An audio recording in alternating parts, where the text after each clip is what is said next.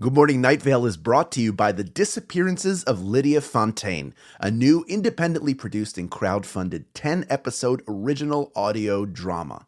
Set in a deceptively familiar world of electronic surveillance and machine-mediated communication, The Disappearances of Lydia Fontaine follows Lydia Ryan and her friends, lovelorn Ethan and wannabe internet sensation Dee, as they struggle to unravel the mystery of her mother's disappearance. Escape the sinister Fontaine family, and survive the feud over her grandfather's supernatural legacy. It weaves bitter family drama and high-stakes intrigue with fantasy and cyberpunk elements to create a surreal mystery about secrets and grudges, old books, big data, and the promise of infinite knowledge. And do not forget the talking birds.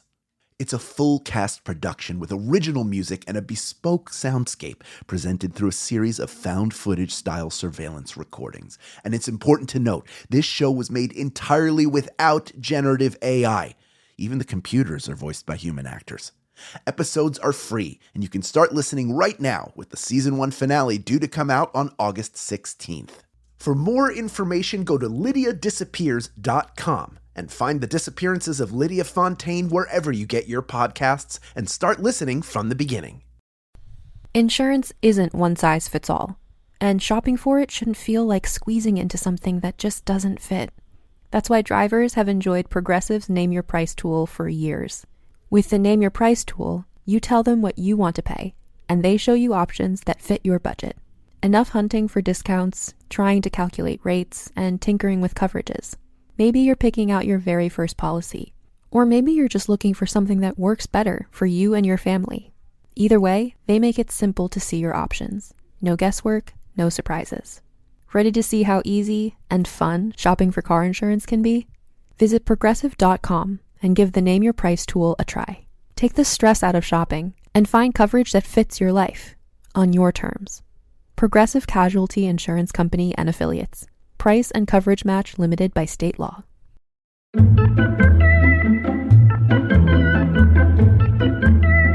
The future is what you make of it. Just know that supplies are limited. Good morning, Desert Bluffs.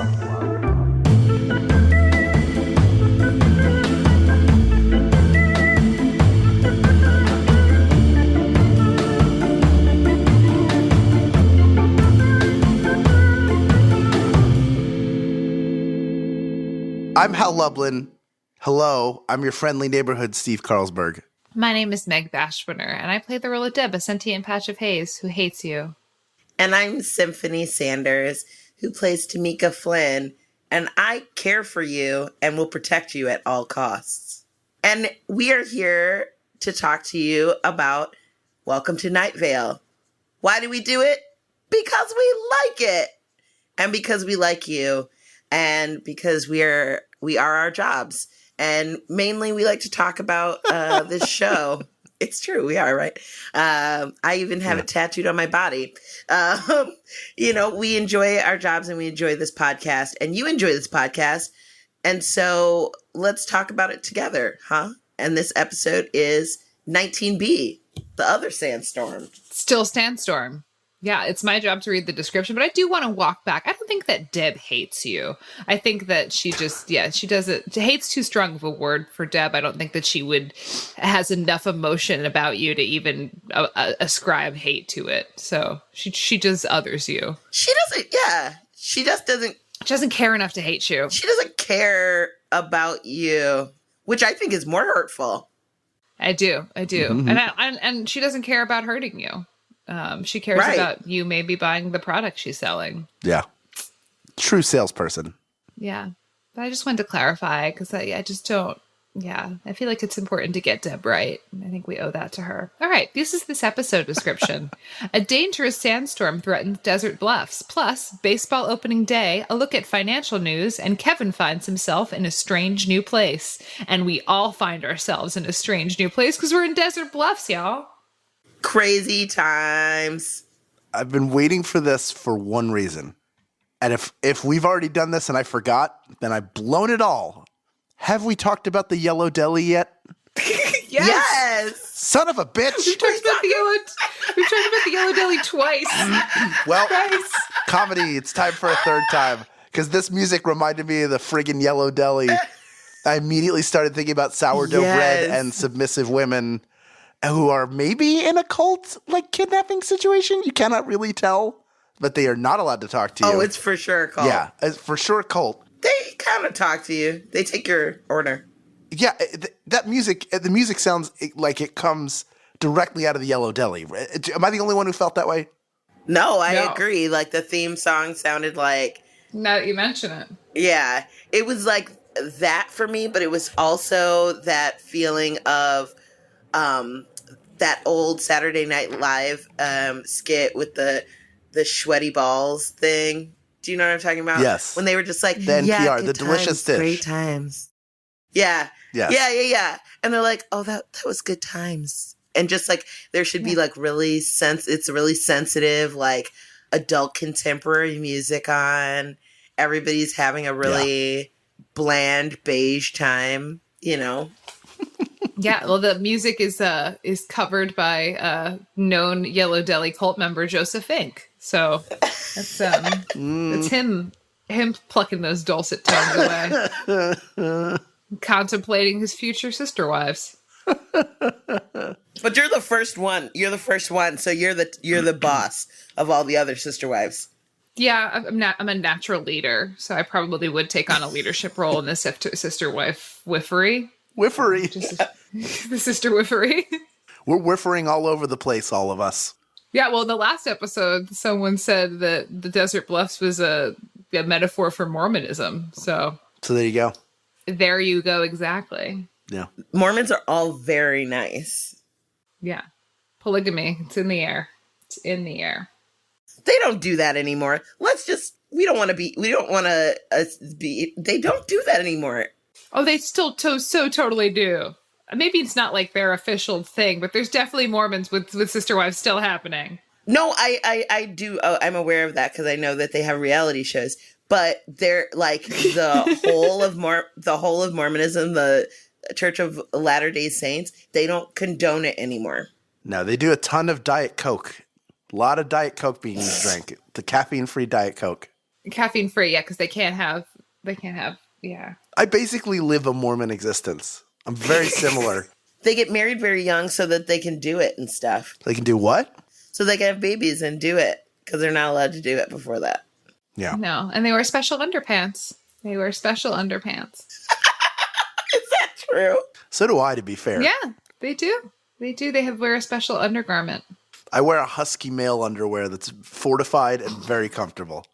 Speaking of adult underwears, I got a couple boxes of some adult poise pads incorrectly delivered to my apartment. It wasn't addressed to me. It was just like the block down, but my same apartment. Was it addressed to your pseudonym? It was placed in front of my door. So I just brought it into my house and didn't even look at it because I order a bunch of stuff from Amazon all the time. And I just like opened it and it was a bunch of like poise pads that I had to sneak and return over to my neighbor down the block. But isn't it great that the internet exists so people can now order their poise pads without having to feel embarrassment at the CVS? Yes. I think it's wonderful. You can get anything on the internet these days. They still have embarrassment because their neighbors are opening their mail, but it's got to be less than the... Because it's just embarrassment with one person. And you don't have to see them. Go ahead, Hal. I just, very quickly, because you just described a situation where you saw a package, you grabbed it, assuming it was yours, and you opened it up and returned it. Because it was in front of my door. It was incorrectly left at your door. I would like to take a moment to address the person in my apartment complex who, while I've been sick the last week and a half, and my poor dear wife, who's in the other room right now, also was sick. And she came up one day and was like, sweetheart, there's a giant box of Bounty paper towels that got delivered to us. I had ordered them. I said, okay, I'll go get them tomorrow. Well, we were both sick tomorrow. We did not get them. But when she went down the following day, they were gone. And whoever you are who stole our paper towels, I know you also listen to this podcast. It is impossible that you do not. I refuse to live in a world where you don't. You will be hunted down like the dog you are, And I got Amazon to replace the paper towels. So joke's on you. I still have my paper towels. And soon I'll have your paper towels too. 'Cause I'm taking you to court. I think they were betting on the fact that you would call and like Amazon would replace them. But it is rude to take someone else's package. Like if you took it from like downstairs and you knew it wasn't yours, like don't do that. That's not cool. Yeah. But like this was literally delivered to this was outside my door. It was impeding me from getting in my door. So I opened the door and I shoved it inside and I closed the door behind me. A couple days later, I opened the package and I was like, this is not mine. And then I looked at the name and it was poor Myrtle Turtons. You just put her on blast, huh? I'm assuming this woman does not know what a podcast. She definitely listens to this podcast. She writes in all the time to the show, and she's like, I'm Symphony's neighbor, and I'm a huge fan of the show. I'm a big supporter of what you're doing, and I would hate to ever be put on blast about my bladder control issues. I've taken measures to protect my underwear. No shame. This No is tea, no shameful. shade, Myrtle. But like... I'm more than a little disappointed that this wasn't a story about how you started recreationally using poise pads. Just like, I decided to try it and I've never felt more free. Well, because it can harken you back to your baby days. Sure. You can have as much Mountain Dew as you want. Finally, my dream. Yeah. I mean, sometimes I wish, like the time recently, this was this year when I was returning a rental car and I had driven from San Diego to Los Angeles and I got off of the exit and I had to pee so bad and I was at a punishment light that wouldn't change. And so I had to pee in a coffee cup in the rental van. Because it was it was a go for launch situation and that was my option. Was that the one that the window was busted out of because of that gate that came crashing down on you? No, it wasn't. It wasn't the busted out minivan. So for those of you who don't understand how, like, we drive around in cool minivans because we're cool moms, and one horrible underground parking is always a challenge for us because a minivan is not meant to be parked anywhere, and hotels don't care about you or your vehicle. So this one underground, the ceiling was like maybe a solid 10 feet. Okay. Most vehicles are like 6.5 to 7 feet tall, right? And you have the back lifted, you're putting all the stuff in. She was cleaning out the thing and the gate came down because a person was pulling up to it, like sensors do. And it bashed out the window and glass showered all over Meg. So you can imagine how she felt. It was 6:30 in the morning. Fucking 6:30 in the morning in Vancouver. And I was showered in broken glass. Jeez. And then I was like, well, we got to go to the airport. We're not going to. So we all piled into the van with the broken window.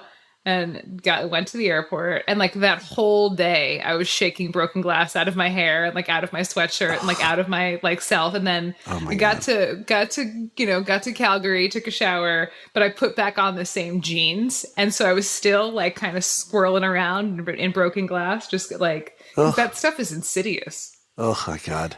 Speaking of insidious, Desert Bluffs. Yes. Thank you for bringing it back.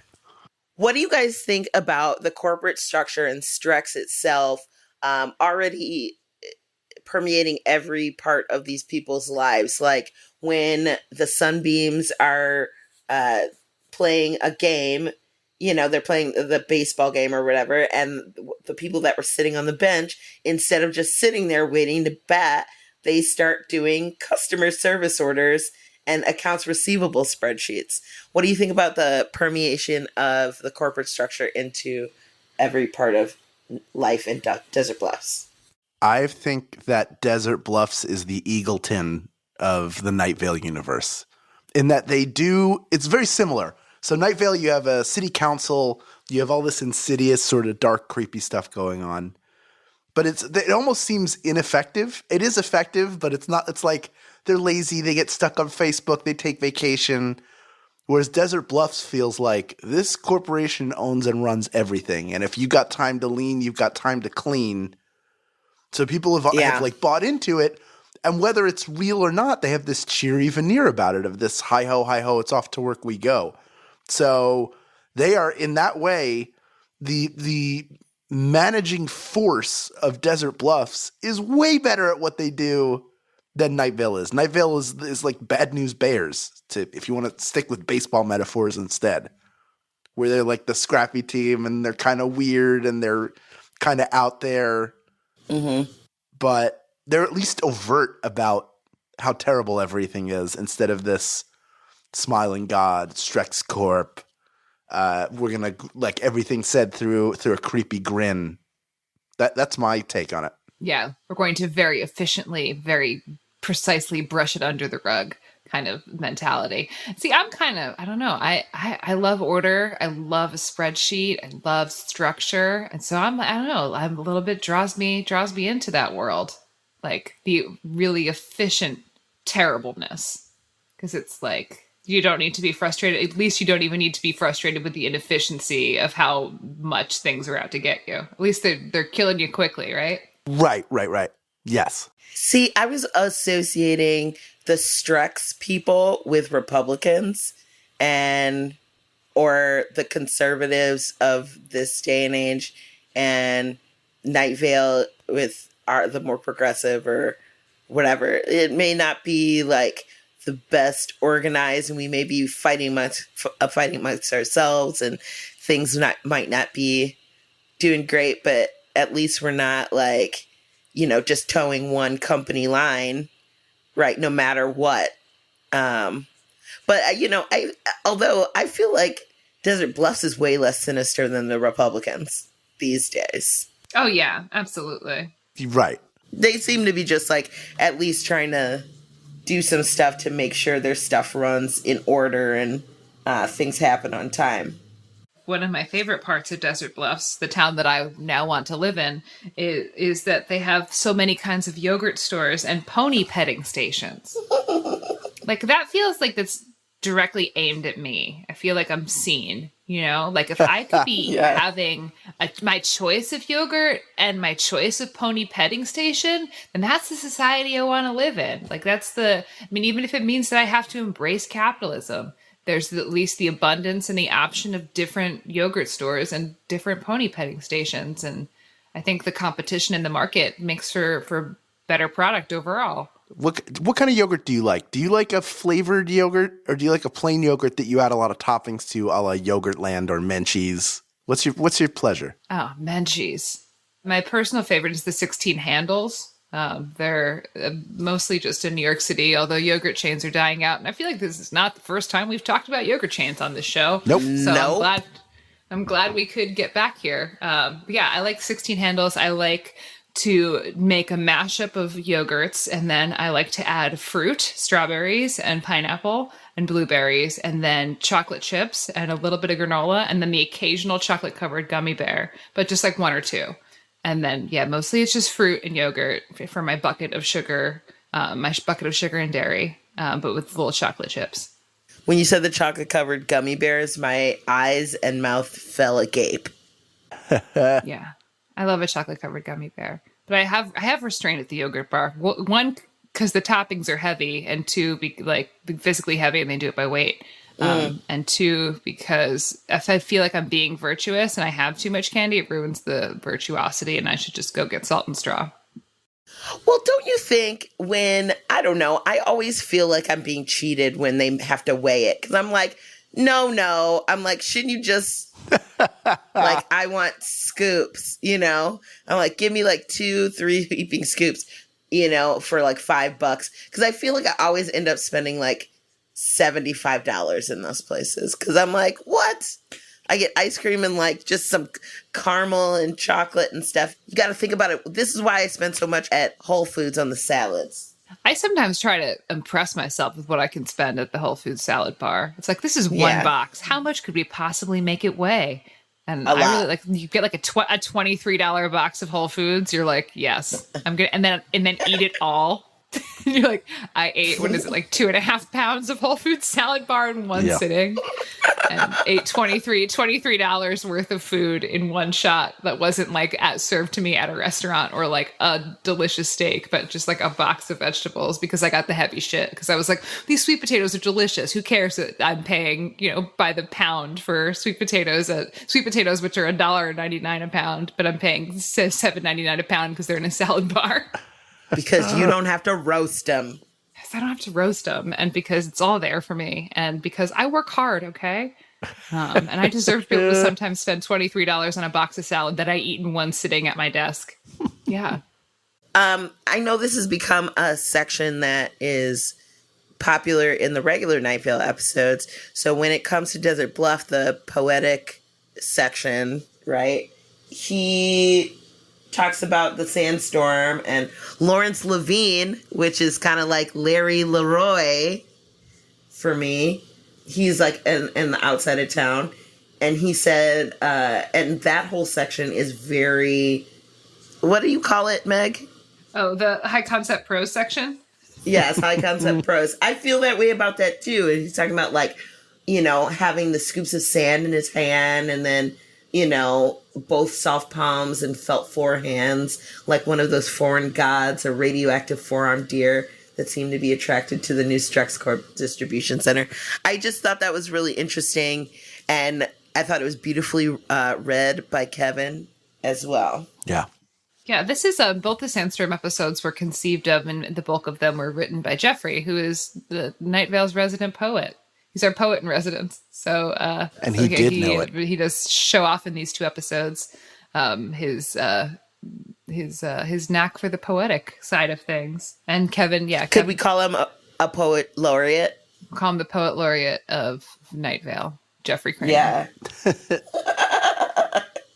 Yeah, you can kind of feel that with these two episodes that it does take more of a poetic bent, especially when we're getting the financial news, as well as the Larry Leroy section, as well as the commercial for StrexCorp. Mm-hmm. Yeah, I just think it's so beautifully written, and it's reminiscent of Night Vale, but off of that, like in a bizarro way, but still feeling very same. Does that make sense? Sometimes I say stuff and I'm like, were those words together or what? And then it's that doppelganger concept. Ooh, see, I'm tripping. See, like the StrexCorp thing is it's similar to the Home Depot, which I call Home Depot. The unfulfilled, and then the word for the last one was, the word was incomplete. So incomplete versus unfulfilled. Technically, they could mean the same thing in reference to a person, right? Like if you feel incomplete or unfulfilled, it would be a similar feeling. Right. But it's still different. It's like synonymous or whatever. I just like that duality because it goes to the bigger structure of these two episodes with the doppelgangers and all that stuff. It's just like the structure is similar, but slightly off, slightly different. The characters are similar, but different in a different way. And I think it'll be interesting when we talk to Kevin about how he came about with his character development on that. Yeah, I think this is a really fun idea for an episode or episodes, and it probably was fun to write them. And I feel like you do the lion's share of the work writing the first one, and then the second one is just finding a way to mirror that, and pull the stuff through that you want to pull through, and then show the opposites, and then also add in new stuff and kind of start building the world of Desert Bluffs as a foil to the world of Night Vale. So yeah, this seems like a fun writer project that Jeffrey did. Yeah, eked 2 episodes out of it and changed the whole world of the show. And, with all that, then created this character and this whole other world who maybe still felt not quite in the world of Night Vale. They're like, oh, this is like you felt, Meg, this is a world of more order than Night Vale is. So maybe they feel a bit more akin with that as opposed to the tumultuous nature of Night Vale itself. Yeah. And ponies and yogurt. Ponies and yogurt, y'all. I'm not like ready to pack my bags and leave Night Vale, but I feel like I could, like I would But for maybe ponies drive and to yogurt. Desert Bluffs. Maybe I'd drive, like, like after work one day, like if I was feeling like it, I could drive there to pet some ponies and get some yogurt and then, engage with the brand of Strix Corp. That's possible. And maybe wind up there forever. Maybe wind up there forever. Who knows? Yeah, you start there just to get some yogurt. The next thing you know, you're working at the yogurt place. And the next thing you know, you're in the military. You're devising a new H-bomb. Isn't that how they get most people in the military? Just like in real life? Through yogurt shops? Yeah, it's either the GI Bill or the yogurt shops. I'm not sure which one. Yeah, one or the other. Yeah. It's some guy in the back of like a Forever yogurt being like, "Hey kid, do you feel useless? You got any college prospects? Do you play in a band? Come join the army." Actually, did you know I got a call. I was recruited because I was doing choir stuff. They wanted me to be in there's like a army choir. And they were like, you don't have to like really fight the way the other people do. I'm like, I don't know about that. Just like, you still have to go through basic training though. And they're like, oh yeah. And I'm like, so no, thank you. And given your age, you totally would have been sent to Afghanistan.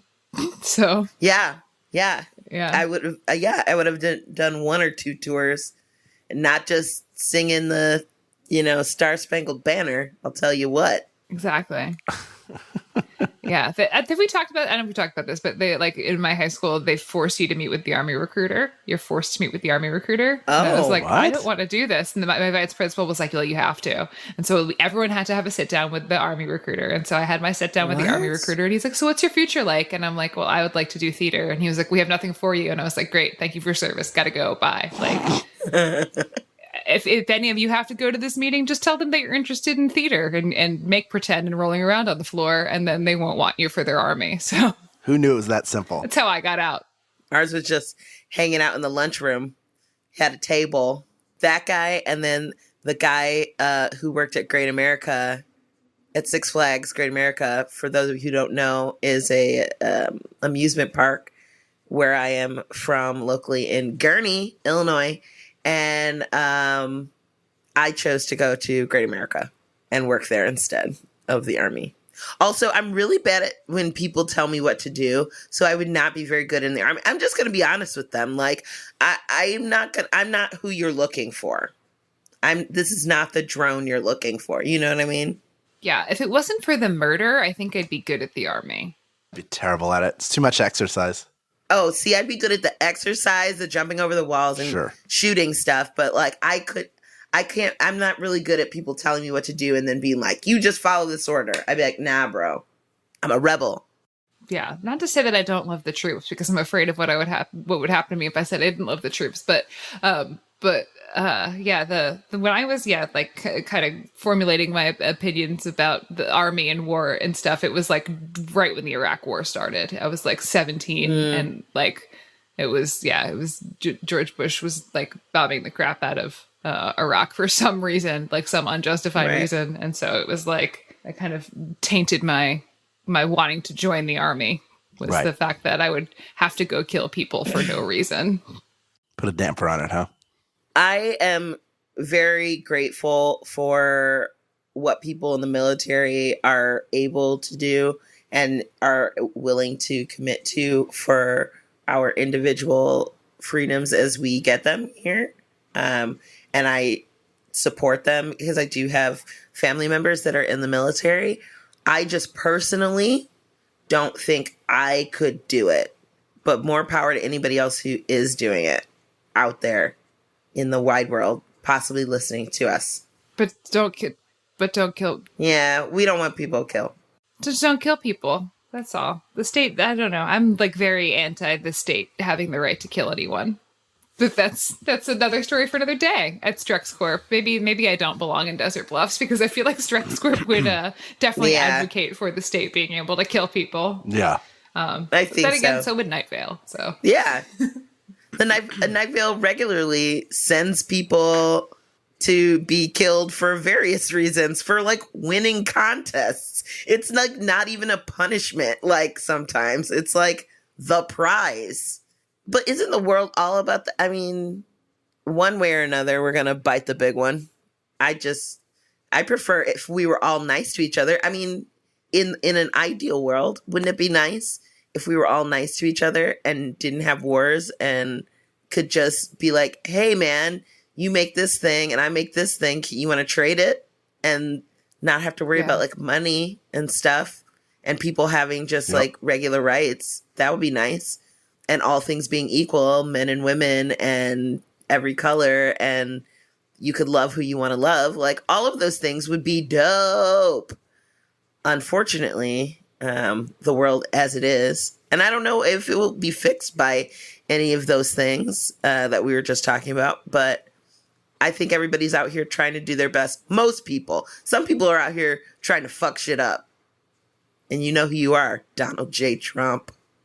Yeah, somewhere along the way, maybe the beginning, people started equating justice with death, that like true justice, in order to carry out justice, that it's an eye for an eye. And if you are coming for my people, then I'm going to come right back for your people. And I think that sullies what the beauty of justice is, and that justice can exist without murder or death. I think that we can, the justice is way more than the finiteness of ending someone's life.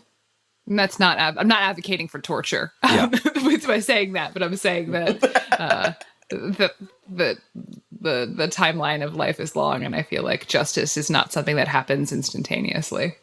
Yeah. Should we tee up the weather? Let's tee up the weather now that we've got this big conversation about military injustice. Got real deep. I really do love the troops. I do. Thank you for your service. I do. Thank you for your service. I really do appreciate it. I'm not trying to negate. This isn't anything that you're doing wrong. It's the men. It's the men in the suits. All right. Go for it. It's old white men. That's who it is. They're fucking it up for everybody. Here we go. Mm-hmm. Up next, a conversation with the voice of Kevin R. Free. But first, a conversation about this episode's weather. This episode's weather is Eliezer's Waltz by Disparition. What a fun change from the first one from 1908. Yeah, so with Joseph, we wanted to make sure that we had the same song for both episodes, but we had very limited resources as to what we had the rights to do a cover of. So again, going with Joseph's dad's song seemed like a slam dunk there. And then John Disparition does a really cool cover of it, that he makes it not a waltz anymore, which is a really cool thing to do when you're asked to cover something, is to show it in a totally new way. Leave it to a genius like John. As American Idol would say, you got to make it your own, you know?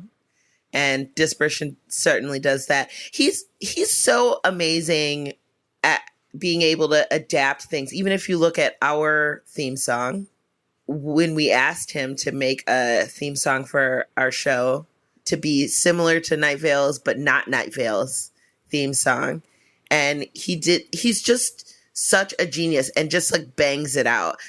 Yeah. I appreciate that he's game for this too. That Joseph was like, hey, do you want to try covering this song that my dad wrote? And John was like, yeah, sure. I'll give it a crack. Like, it's cool to see someone who's game to try stuff, especially when it comes from a personal place. Like, I would be, if I'm not a musician, but if Joseph was like, hey, would you like to cover my dad's song? I would be a little like, oh God, I'd be so nervous. I'd get totally in my head about it. But yeah, but John stepped right up. Yeah, maybe he did get a little I mean, because anytime you're doing a piece of music that's especially means something to someone else, or it can be something special, you look at it with respect, I imagine. And John is so respectful of other musicians and of other people's work, and wants to pay homage to those things, that I'd be interested to see what his process was on that. I know we've talked to him in earlier episodes about his process, and when, just being around him in general. But he really is amazing how he can be like, oh, this, and then does a riff off of that onto something else. That really just takes a lot of musical talent that I personally do not possess, but that's why he is the Disparish. Stay right there. Good Morning Night Vale will return after a brief break.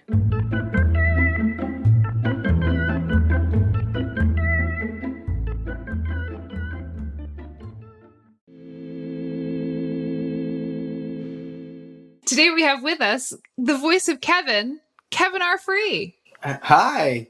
Yeah. Hi, Kevin. Hi, Meg. Hi, Symphony. Hi, Hal. We love Thank you, Kevin. Thank you so much for joining us. We love you. We really appreciate it. I love you back, and I appreciate you. Thanks. We appreciate you joining us today to talk about the Sandstorm. Woo! Yep. And then we all start making Sandstorm sounds.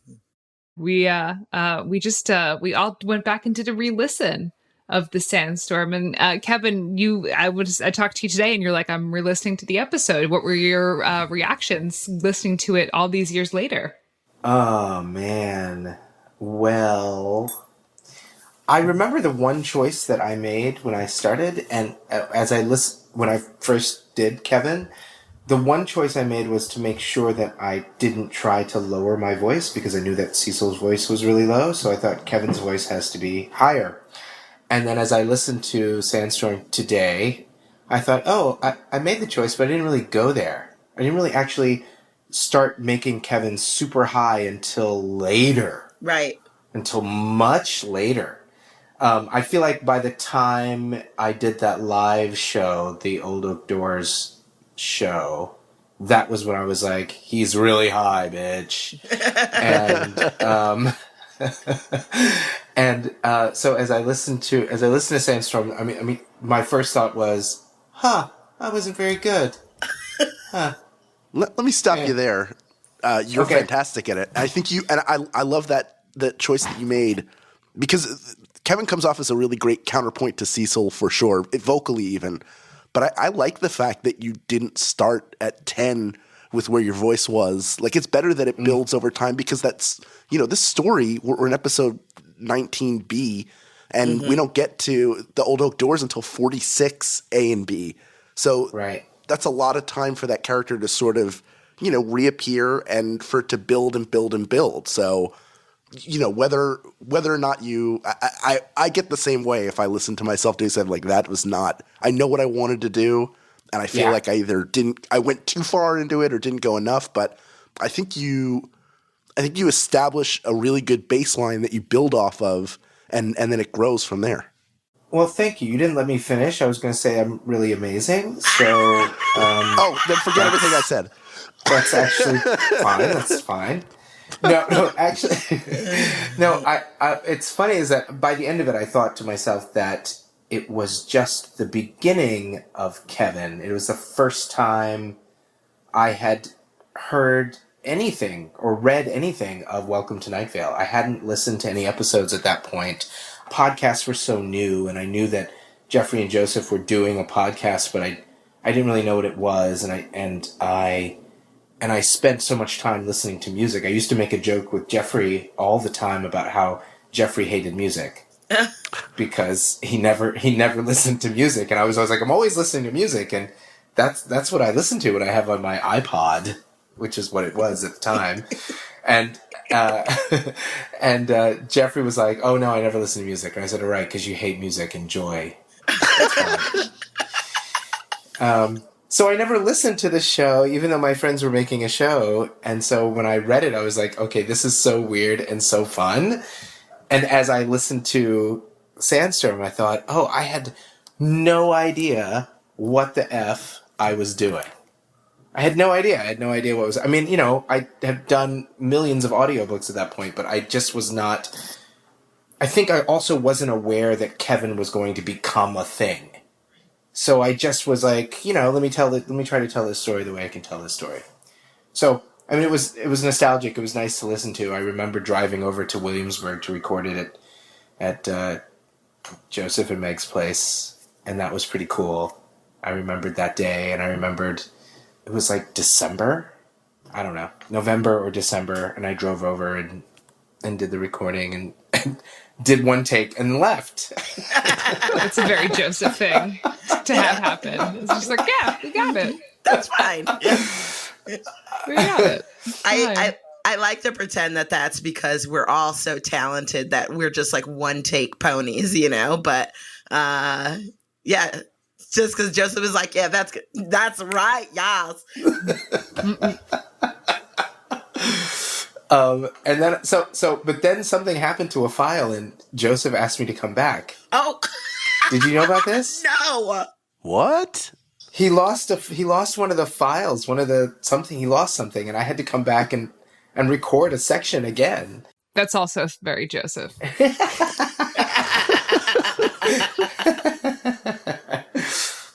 Did you get any direction from Joseph? Because I remember asking him for it, not getting any the first time I did that live show where you were there. That's when I first met you, was at the debate. Yeah. Did you get any direction? Like, what was the ask process like? Who went out to you? What was described to you? And then what direction were you given? Oh, this is funny. Okay, so Jeffrey wrote to me to say, you remember this thing that me and Joseph were doing? We wrote this character. His name is Kevin. We'd love for you to do it. It's coming out. It's a part of a double episode, and he's Cecil's double. And would you be interested? And of course, my response was like, yeah, of course I'm interested in your little show. And so that was it. And then when I got to the apartment, I just read it, and Joseph did not ask me for direction. Joseph did not give me direction. And also, Hal, I don't know if you've met me, but I would never in a million years ask for direction. Oh, no, never. Never do I think you would ask. I know you know everything. But I mean, I'm just wondering if there was anything like, you're going to play Kevin, and this is what we were thinking. Because I got none of that. I don't. Oh, no, that never. Of course I never. I just want like a breadcrumb trip. Give me one breadcrumb, and then I'll figure out where to go from there. Yeah. No. I don't think no one's getting any of that. Well, I think they're word focused dudes, you know. I think maybe a little bit more now there's some of that thought, but really it was like, we will be bringing to the table the story and you will be bringing to the table the acting. And that is like, Make a choice. We've brought our words. Now you can please eat them. So, and that is how I took it. I mean, and I also was used to working with Jeffrey as a Neo, so there was hardly ever any direction given unless we were on our feet and we were just completely off the mark. Right. So one of the joys about doing Night Vale is that for me was knowing these two guys and knowing how they write and being able to take a deep breath and just dive in and do it for better or for worse, which to me, looking back on that first episode, as I said, was sort of like, oh, that was kind of for worse. Even though it was, at that point, we didn't know that Kevin was evil, except for from Cecil's reaction to Kevin. Right. After having seen him in the vortex, you know? I mean, Kevin's not evil. Oh, okay. Okay. He's maybe a victim of his circumstances. Certainly. Yeah. He is, yes. I guess That's Sir Han. If you're raised in a society where it's totally normal to have blood all over stuff and to have, like, you know, that's the way you're going to be, you know? Yeah. Now Kevin is he's a beloved character, obviously, because you're amazing. What do you... You're welcome. What do you think about you? I know you've seen cosplay. I know you've seen cosplay of Kevin and whatnot. What do you think of people's, affections towards Kevin? What do you think about that? Okay, so I know this is you just asking because you already know the answer to this. You know I fucking love it.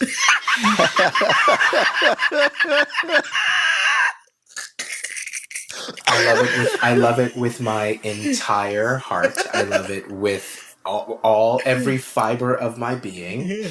When I went on tour for that 1 week with you guys and all of you were like,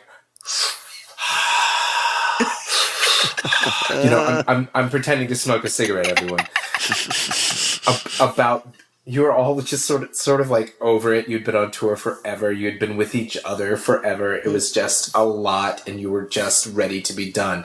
And that was the week, if you recall, that was the week of my life when I won an Obie Award. Right. And said to myself, you know what? I'm not going to stay in New York and get the Obie Award. I'm going to go on tour with Welcome to Night Vale. Because all I could think was, oh my God, I'm going to see people who are dressed like what they think Kevin looks like. And I'm going to sign autographs. And I'm going to get to read a script on the stage in cities that aren't my home city. Yeah. No one was cosplaying Kevin at the Obies. No, nobody thought they were, but they were. Let's be honest. That was the same Obie ceremony, by the way, where Hamilton won their Obie. Oh. And they were and Lin-Manuel was cosplaying, was wearing a bow tie and shorts. Boom. And was Covered in cosplaying blood. Kevin Are Free. Not the character Kevin, but the person. Right. That's right. But still covered in blood. Yeah. I should forward you. We have, in our Good Morning Night Vale email account and voicemail account, we have a lot of emails that talk about how much they love you. So I should forward you those voicemails and emails. Oh, I love that. Yeah, because I fucking love it, as I said before. Yeah. There's whole factions of people that prefer are Strex lovers versus Night Valians, and I just love it. They're just they're obsessed. They're obsessed. It's so funny. There was one Halloween where I got so many pictures of people cosplaying Kevin. It was really cool, and I used to save them all on my phone. But I always respond when people tag me in their pictures of their cosplay and that kind of stuff, because I really do love it. And my favorite story was in Boston at Berklee College of Music. It was one of our last shows. There was a person on the second row that I knew loved Kevin because they were dressed as Kevin. And I waved, and they freaked out at the end of the show. And then after the show, Symphony, you remember you and I were the only ones who did autographs that night? Yeah. It was like the last show. Because I'm also an attention whore. Yeah, me too. I do that too, Kevin. Every time I'm like, are we going out? Who's going out? We're going out now? I know it's intermission, but should we go out now? I'm gonna go sit in the front row and see if anybody says hi. I carry Sharpies in my breast pocket. So we went out. Symphony and I went out, and this person came running over and hugged me and was crying and was saying, you have no idea what you mean to me. You have no idea. You have no idea. And I said, hey, listen, I'm just older than you. I'm just like you. I had my issues, and I finally came out, and all is good, and you will be well, and that will be great, and blah, blah, blah, blah, blah. And they just kept crying, and then we took a picture together. I said, my rule, if you take a picture with me, is that you have to tag me in the photo so that I can say hello when you tag me, So I said, do you have Instagram? And they didn't have Instagram. And I said, do you have Facebook? And they had Facebook. And I said, okay, so just go over to my page on Facebook and post the picture. And, and I got a message on Facebook from them that said, I was given permission to post this picture here. I met Kevin at the show in Boston. And I wrote and said, I manage this page because it's me. Only, I'm working on it, but I have maybe 400 likes on that page. So it's all, and then it was many fewer. Anyways, so that's my favorite story. I love the cosplay, and I love the people, and, my whole life I grew up thinking that I wanted to be famous, or whatever that meant. And so, Dolly Parton once said, famously, because she's famous, Regis Philbin asked her, do you mind when the people ask you for autographs and all that kind of stuff? And she said, no, I always wanted to be famous. I'm not going to bitch about it now.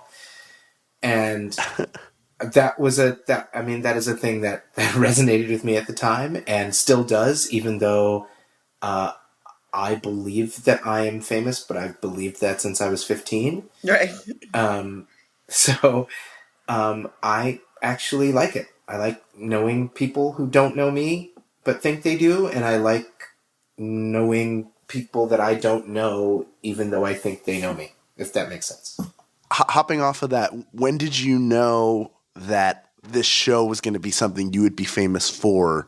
Because you'll be identified, as much as you've done and will continue to do, this is always going to be the way a large number of people know you. Yeah. When did you know, I can only imagine that excitement of like, oh, I'm in this. This is now huge, and I get to be a part of it. What was that moment for you? There have been several moments, but when it was released on March 13th, 2013, that first Sandstorm episode, and it came and went. And then that was the summer that BuzzFeed, I think, talked about Night Vale. And then all of a sudden I got all of these followers on Twitter. I mean, I was already at like 2,000 or something. And then the next thing I know, I'm at 5,000. And I thought, what is going on?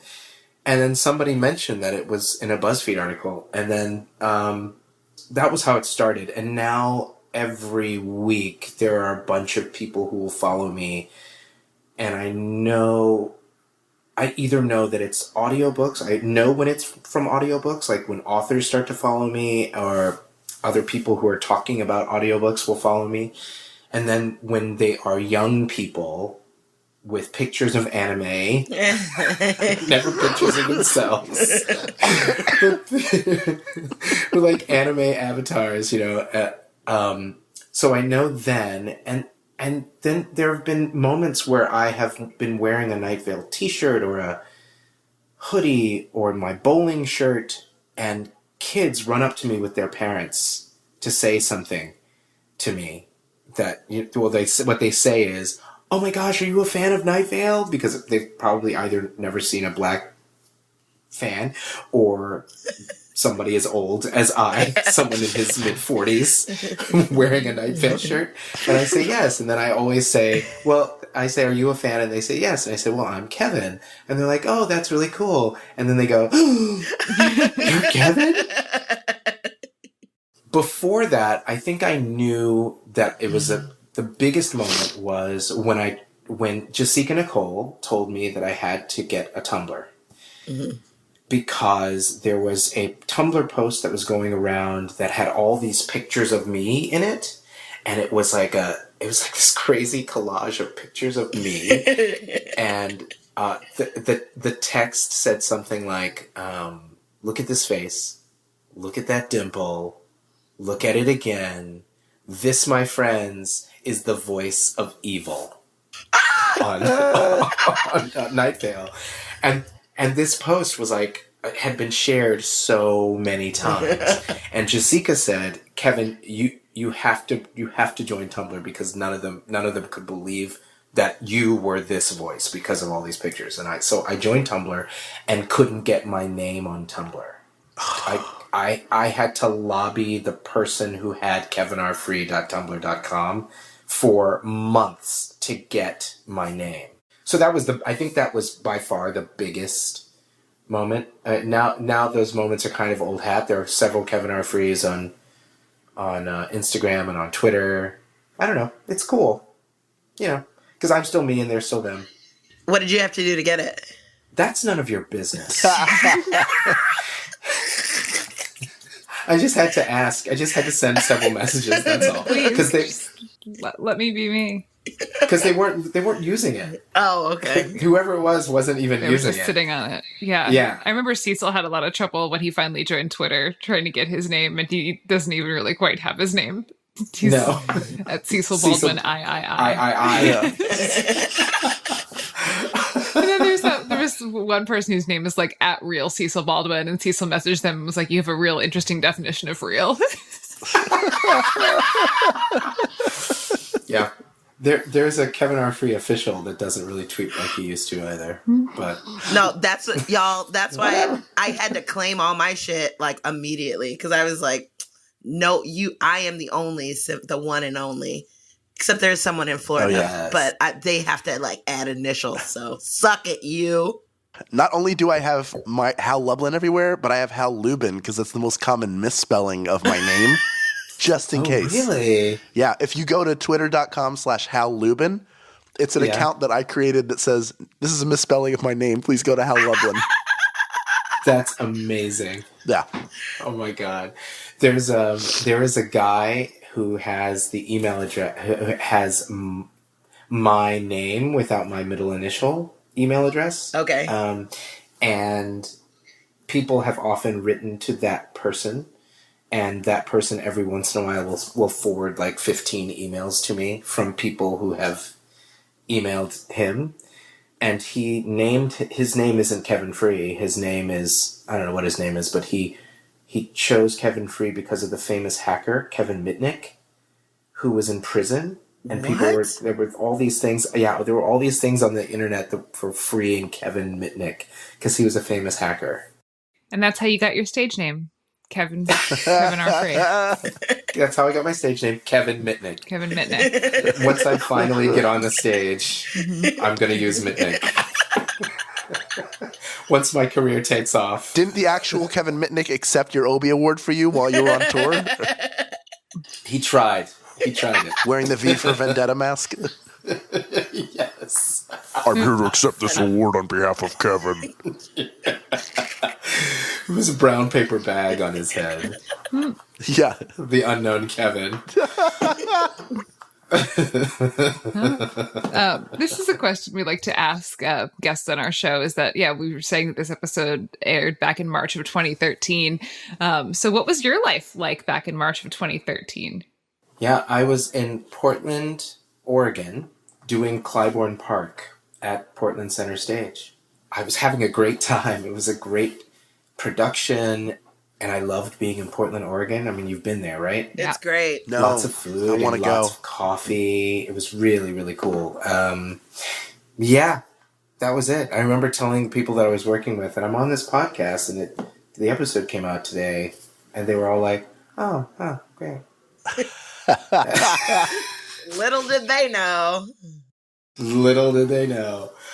I love telling actors who are too cool for school that I do this podcast called Welcome to Night Vale, because most of those people who do theater, I'm trying not to talk shit about anybody, but there are people who we're also insular in our worlds, you know, and which is why I try to do a little bit of everything. So they'll often say, some of them will say, "Oh, you're on the podcast. Oh, that's interesting. Oh, good for you." You know, and then whatever. Yeah. And then almost always those people who are kind of whatever about it will hear about Welcome to Night Vale and can come back to me and say, "Kevin, did you know that podcast that you're on, that Welcome to that Welcome to Night Vale thing? It's huge. Did you know that it was huge?" And I said, "Yeah, my friends are doing really well. It's great." Yeah, it's I get that reaction sometimes too. People don't know what it is, and they're like, "Did you know?" You're like, "Yeah, I knew, but I wasn't going to be like, listen, everyone, I do something that's very big and very important. I'm not a jerk, right. Like apparently you would be in that situation." Exactly, right, exactly. So there was one person that I was working with, and he was kind of a jerk, who was really kind of a jerk about it when I said that I was doing it. And then when he came to me to tell me that it was huge, I was giggling because this person I was working with had done like he had a huge role on Oz for a few years. And now he doesn't do a lot because he's not a nice person, I think. He's one of the ones that it caught up to. And so when he said to me, I was Googling that show, that podcast thing, and it's so big, Kevin, it's huge. Did you know that? They're going to be in Louisville after we leave here. Did you know that? And I said, yeah, I did. It's pretty cool. It's pretty great. I think I'm joining them at the end of their tour, as a matter of fact. He said, wow, that's wow. Yeah, asshole. Anyways. You're like, eat it, jerk. I always like to get to break it to people in the established theater that the live podcasting is changing the way that live theater is done. Yes. It's always fun to get to be like, oh, this thing that, you know, it was dying with the blue hairs is now living with the turquoise hairs, you know? Like,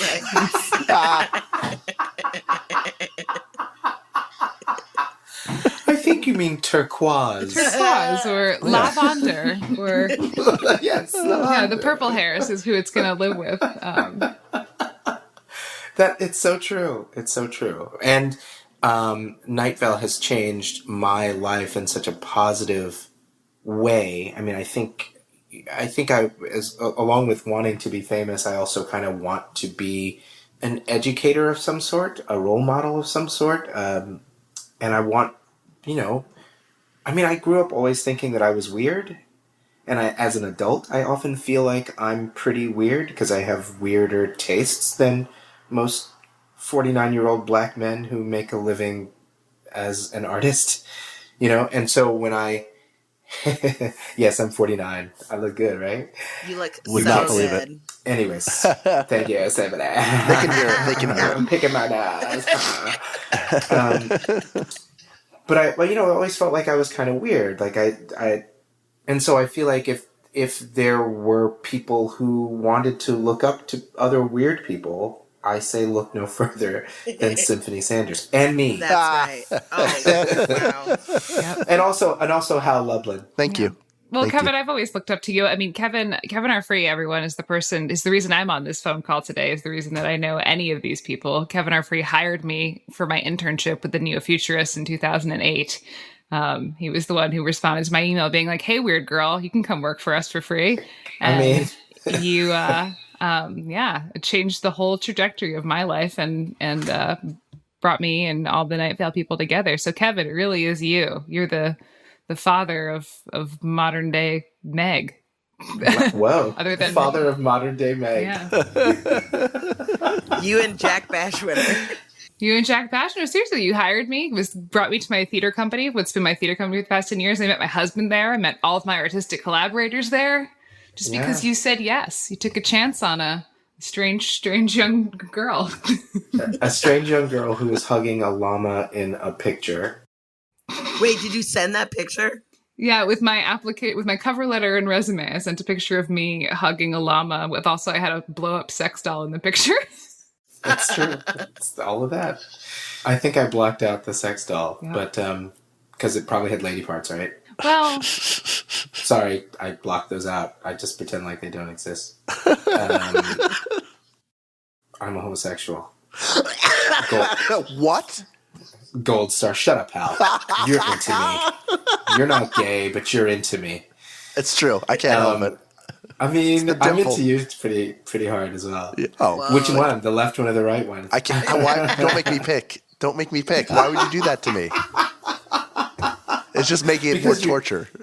You've got that salt and pepper going nowadays. I'm into it. That's right. I've got everything you put on your steak. It's all in my head. Oh, yes! wow, I'm really glad that we got here. Eventually all roads lead to sexy talk from Kevin R. Free. Yeah. But not with children. Anyways, Meg, Meg, yes, I just want to follow up on what you said. Yes, I emailed you and brought you in, but you did everything else. You excelled at being Meg and you were a technical collaborator for a while, and you're a real success story. You did all of the things, you listened, and then you worked, and then you were like, BT dubs, I'm a writer, and I'm brilliant at it. And so you became a neo-futurist. So that, I didn't know when we pulled you in that you were a writer as well. I didn't know that, and when you volunteer for a company like the Neo-Futurists, when you volunteer for any company that is a so-called successful company, the people who are part of the company don't recognize right away the kind of talent that we bring in, that we ask people, the people who come in and do things for free. We often don't know what kinds of sacrifices they're making to their own talent just to work for us, if that makes sense. They're not sacrificing to their talent, they're sacrificing for our work till they get to a point where they blossom. And you did that and stayed with the company. A lot of those people come in and they're like, you know what? I shouldn't be working for them. I should be working for me. And they go somewhere and they do their own thing, which is just as valid a path. So, yeah, I pulled you in, but you stayed in. After I pulled you in, I only lasted a couple of years. Well, you were a great teacher, though. I mean, like, it was one of the reasons that I wanted to stick around was because I saw the work that you were making, and I was like, this is a place where things like this can happen. So, and Wow, things I didn't know could happen, and yeah, you were out there making art, and you were very kind to someone who is starting out in the arts, and you were this seasoned professional, and you were really, really nice, and always willing to show some kids the ropes, and I appreciated that. Wow. Thank you. You're welcome. This is our love fest. Our love for Kevin R. Free. We're coming towards the end of our special time together with Kevin. Kevin, is there anything that you want to talk about, or any projects you have coming up that you would like to shout out to an audience, or political statements you care to make? Oh, God, political statements? No, you don't have to make any political statements, but if you have anything that you want to promo. I'm a Black homosexual. That is a political statement. Can I plug a couple of things? Plug all your things. Go for it. Me and one of my main collaborators, Evan Hartsoe and I made a thing called Becky's Through History, which is kind of a web series and also it will end up being a panel discussion. Anyway, it is a series of satirical videos in which we explore the problematic relationship in American history between white women and people of color. And it is really, really funny. We're releasing it sometime this fall, so stay tuned for that. And I think the only thing I have to say is the only other thing I want to plug, which is not going to make me any money at all. But I just want to say that this week I am shooting my first sitcom ever. I'm going to have a small part on Murphy Brown. What? That's awesome! And it's really exciting because, it's fucking Murphy Brown. Yeah. And I'm totally not here for all the reboots of the old shows because it feels like let's make TV great again, which kind of is bothering me. But yeah. I feel like if Murphy Brown is going to troll a president the way she did Bush and Quayle back in the day, then I can be here for this. Is your scene with her? Is your scene with Candy Bergen? My scene is with all of them. Kevin! Yeah, they're having a private conversation and then I pop up with something and give it to them. That's going to become recurring. It'll be recurring. I'm calling it right now. That will be Thanks, recurring. Hal. Yes. I'm hoping. It's episode 5 of the new season. So it starts on September 28th. Count 5 Thursdays after that. Wow. Or 4. Thank you all for listening. We hope you enjoyed the episode. Next week, it's Poetry Week, and we will hear from Night Vale listeners about their theories, questions, and comments. Could mean you. So stay tuned to that. But until then, good morning, Desert Bluffs. Good morning.